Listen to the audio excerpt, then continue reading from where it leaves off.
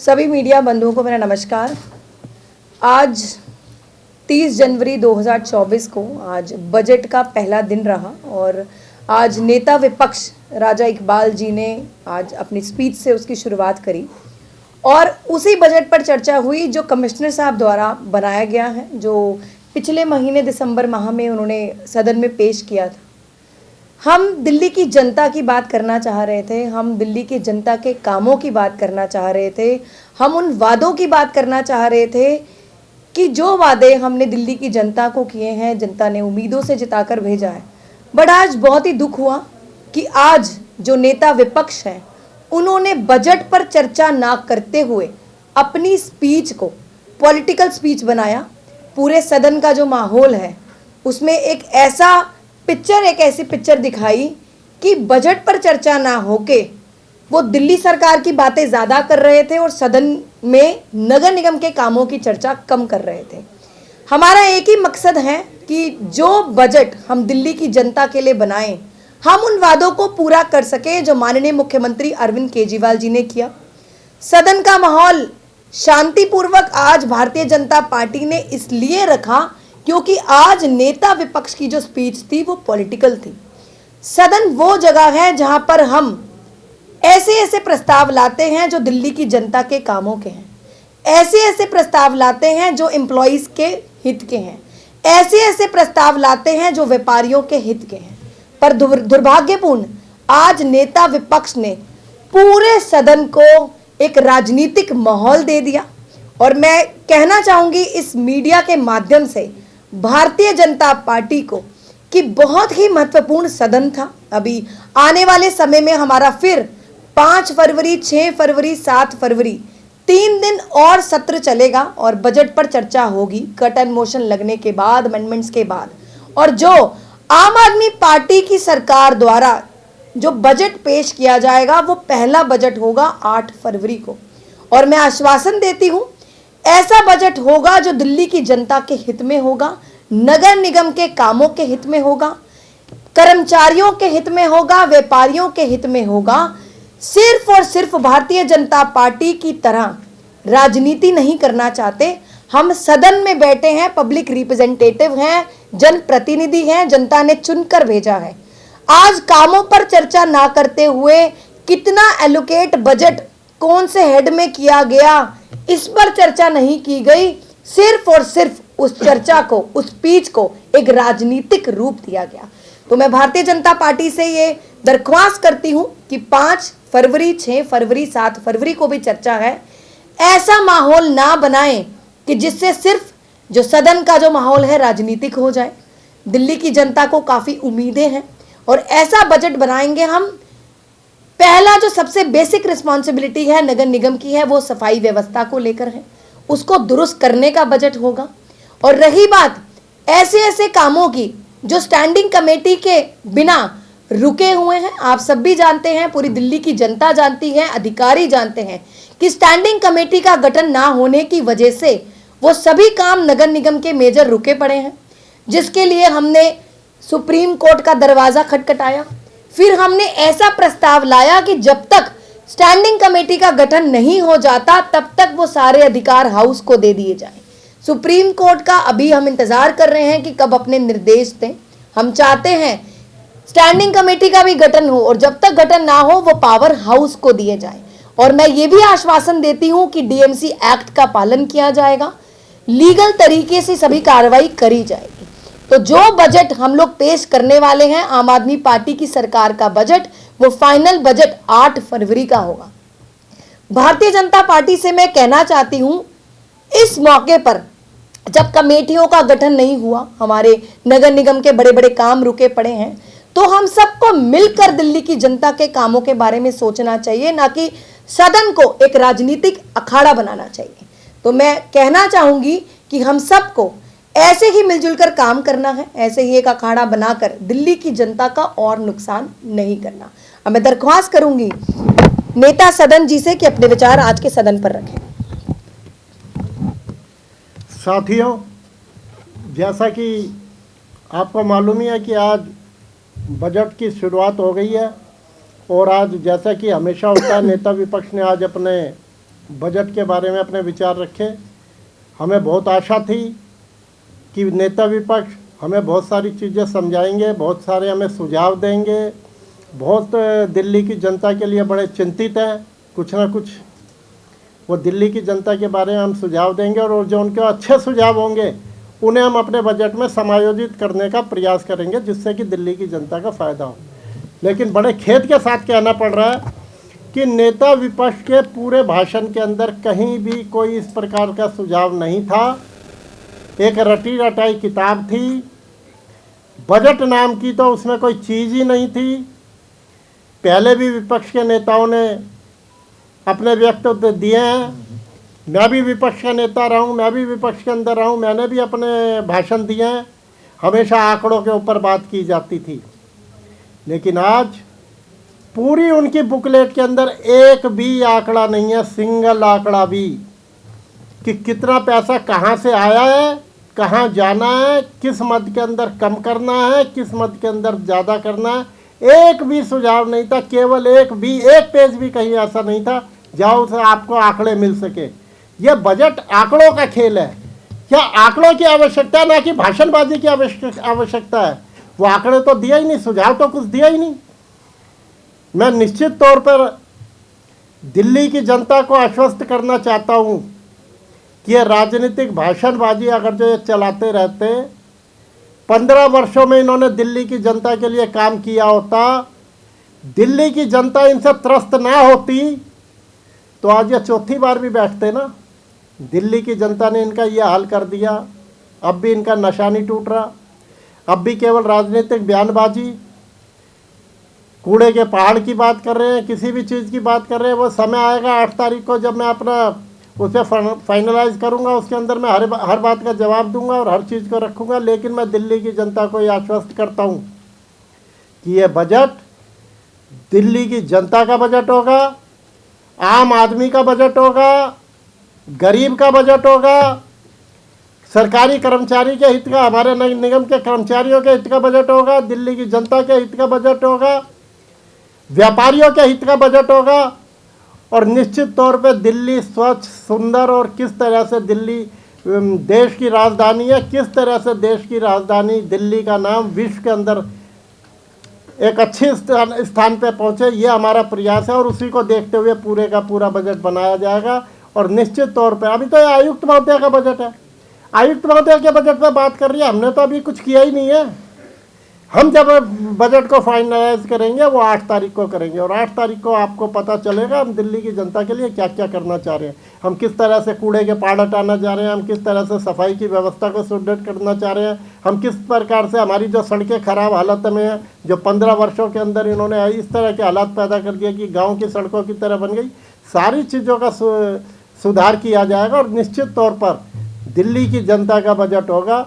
और केजरीवाल जी के नेतृत्व में ये हमारा पहला बजट है, क्योंकि आपको पता है कि पिछले वर्ष भी बजट हमारे पे केवल हाउस के अंदर आया था, लेकिन हमारा उसके अंदर कोई योगदान नहीं था। वो एसओ जो यहाँ लगा रखे थे उनका योगदान था सारा, और उनके हमने तो सिर्फ केवल उस पर खाना पूर्ति की थी।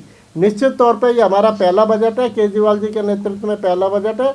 और निश्चित तौर पे जो वायदे केजरीवाल जी ने दिल्ली की जनता से किए थे, उन वायदों को ध्यान में रखते हुए हम अपने बजट को लाएंगे और दिल्ली की जनता को सुविधाएं देंगे, दिल्ली की जनता को राहत देंगे, और दिल्ली की जनता को यह महसूस होगा कि हमने दिल्ली नगर निगम के अंदर आम आदमी पार्टी की सरकार केजरीवाल जी के नेतृत्व में बनाई है।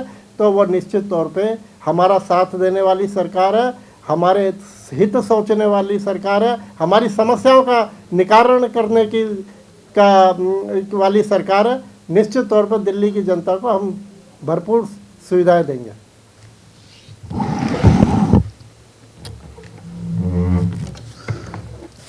आज का बहुत अहम दिन था, और आप सब क्योंकि एमसीडी को बखूबी कवर करते हैं कई सालों से, और मेरा एक ज़ाती अनुभव रहा है पिछले 12 साल का निगम पार्षद के तौर पर। और मगर आज मैं देखूं कि नेता विपक्ष ने जिस तरीके से आज सदन का वक्त बर्बाद किया अपने भाषण में, जो बजट का भाषण होता है बहुत महत्वपूर्ण होता है, वो एक राय मशवरा होता है, एक चाहे नेता कांग्रेस दल हो, चाहे विपक्ष हो या सत्ता दल हो, सब आज एक बहुत हेल्दी चैट होती है और इस तरीके से कि हम उनका एक मशवरा लेकर क्या हमें इसको जो कस्टमाइज़ करना है, जो कमिश्नर की तरफ से जो बजट रखा गया था, मगर दिल्ली की जनता की नज़र रहती है कि ये जो बजट के अहम दिन होंगे जो दिल्ली नगर निगम में होते हैं कि नेता विपक्ष अपने किन मुद्दे को रखते हैं। आज तकरीबन 40 से ज़्यादा पन्नों के उनका बजट भाषण सिर्फ वक्त बर्बादी वाला एक भाषण रहा कि जिसमें एक पॉइंट भी राजा इकबाल जी जो नेता विपक्ष हैं उन्होंने एक मुद्दा भी इस दिल्ली को मजबूत करने के लिए अपना मशवरा नहीं दिया। आज उन्होंने सिर्फ आलोचनाओं का बजट रखा। वो ऐसी आलोचनाएं किसकी कर रहे हैं? मैं समझता हूं कि उनको वो आईना देखना चाहिए कि इससे पहले डॉक्टर शैली ओबराय जी से पहले महापौर राजा इकबाल जी थे। क्या उन 44 पेजों के अंदर एक लाइन या एक पन्ना कोई एक ऐसा था कि जहां पर नेता विपक्ष ये बता सकें कि मैंने अपने कार्यकाल में पिछले साल ये किया था और आपने वो चीज़ कम कर दी या आपने इससे ज़्यादा कमज़ोर कर दी? आपने उन 44 पेजों के इस पन्ने में, बजट की किताब में एक लाइन ऐसी नहीं दी है कि जैसे वो अपने वक्त की किसी एक चीज़ की 15 साल के किसी काम की अपनी तारीफ कर सकें। मगर अफसोस की आलोचनाएं थी, मगर वो आलोचनाएं में जहां वो आम आदमी पार्टी को लिख रहे हैं वहां पर वो अपनी पार्टी को लिख दें तो ज़्यादा बेहतर होगा। और आज जिस तरीके से हम कोशिश कर रहे थे, हमारा एक एक पार्षद, पूरी दिल्ली का पार्षद ये सुनने आया था कि नेता विपक्ष कुछ ऐसी तर्क की बात रखेंगे जिससे दिल्ली नगर निगम को मजबूत किया जाएगा। और मैंने पहले भी कहा था और आज भी आपको ये बताना चाहता हूँ कि ये बजट दिल्ली के दिल का बजट होगा, दिल्ली के दिल की आवाज़ का बजट होगा, जो दिल्ली के आम जनता के नागरिकों से राय और मशवरा करने के बाद 8 तारीख को नेता सदन मुकेश गोयल जी इसको प्रस्तुत करेंगे सदन में। तो हमारा ये मानना है कि आलोचनाओं से तो आपकी राजनीति अच्छी हो सकती है, मगर आलोचनाओं से दिल्ली का डेवलपमेंट अच्छा नहीं हो सकता है। आपकी राजनीतिक रोटियां सिक सकती हैं, मगर हम लोग, आपने भी देखा होगा कि इससे पहले जब भी सदन हुआ इन 7, 8, 9, 10 महीनों के अंदर, तो विपक्ष के साथ ही हमेशा हंगामा करते थे। मगर आज आम आदमी पार्टी के एक एक पार्षद ने नेता विपक्ष के भाषण को बहुत गंभीरता से सुनने की कोशिश करी, मगर जब जब वो आलोचनाएं करते थे, जब वो व्यक्तिगत हमला करते थे, जब वो दिल्ली सरकार के इश्यूज को लाते थे, जबकि दिल्ली नगर निगम में दिल्ली सरकार के मुद्दों का कोई लेना देना नहीं है, तो आज उसी मामलों को लेकर हमारे जो पार्षद थे सिर्फ उस पर हल्की सी आवाज़ उठाई, मगर पूरे 1.5 पौने 2 घंटा जितने भी वक्त ये नेता विपक्ष का भाषण चला, हमारे सत्ता दल के तमाम पार्षदों ने बहुत गंभीरता से सुना कि हो सकता है नेता विपक्ष के मुंह से अगली लाइन दिल्ली के हित की निकलेगी, दिल्ली के जनता के फायदे की निकलेगी, मगर अफसोस कि एक भी लाइन, आज एक भी भाषण में एक भी पन्ना ऐसा नहीं था तो दिल्ली के जनता के हित का हो। दिल्ली के जनता का वक्त बर्बाद हुआ है आज के भाषण में। बहुत बहुत धन्यवाद और उम्मीद करते हैं और आपको यकीन दिलाते हैं।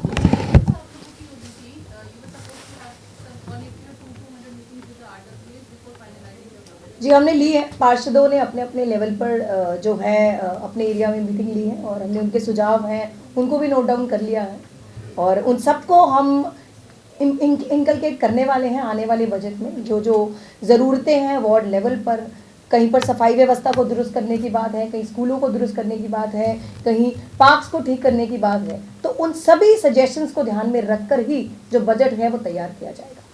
जी, थैंक यू।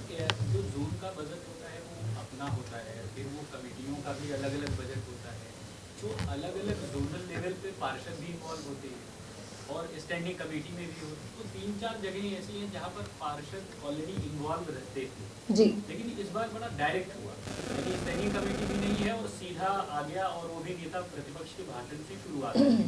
तो आपको नहीं लगता कि इस बार का जो बजट है वो थोड़ा अनडेमोक्रेटिक सा है?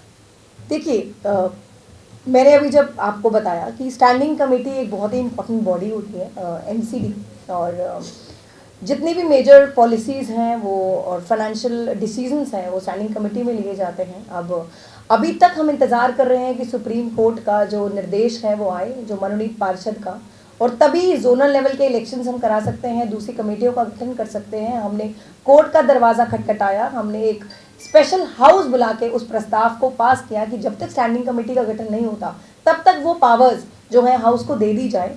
और पर आज का जो नेता विपक्ष का जो भाषण सुनने के बाद मतलब मुझे खेद है इस बात का कि इतने सीनियर मेंबर, इतने एक्सपीरियंस मेंबर जो एक्स मेयर रह चुके हैं, हमें आज पूरी उम्मीद थी कि एक सुझावों का अंबार हम सबके आगे लगा देंगे और हम उन सभी चीज़ों को बजट में लाएंगे। तो इस चीज़ का काफ़ी दुख रहा और मैं आश्वासन देना चाहती हूँ कि जो जो सजेशन हमारे पार्षदों की तरफ से हैं और जो जो हमने चीज़ें कमियां पिछले 15 सालों में देखी हैं उन सबको हम सुधारेंगे।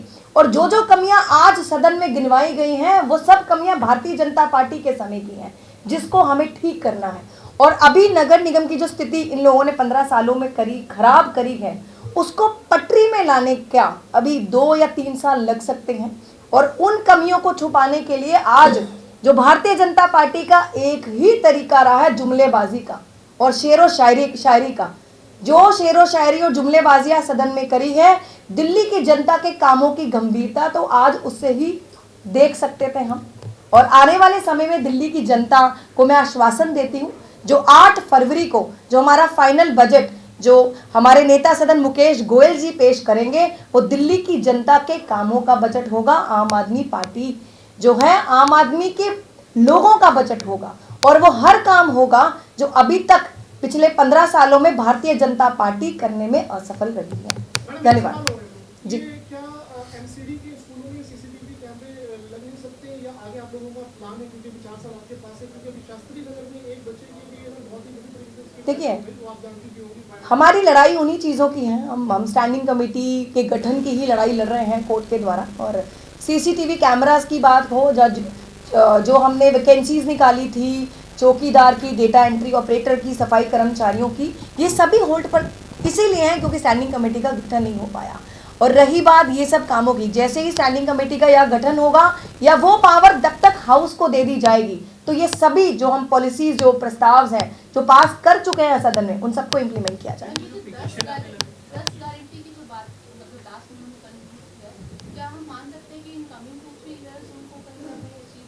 देखिए, आज भी हमारी वही बात है जो चुनाव से पहले माननीय मुख्यमंत्री अरविंद केजरीवाल जी ने जो 10 गारंटी जो एमसीडी चुनाव से पहले दी थी, हम सभी की सभी गारंटी जो हम पूरी करेंगे। अभी हमें 1 साल भी नहीं हुआ अगर निगम में आए, जो 15 सालों की बर्बादी है, जो पूरी एमसीडी के सिस्टम को खराब कर दिया है और बदहाली में है पूरा सिस्टम, उसको ठीक करने में समय लग सकता है और एक एक वो वादा पूरा हो। धन्यवाद।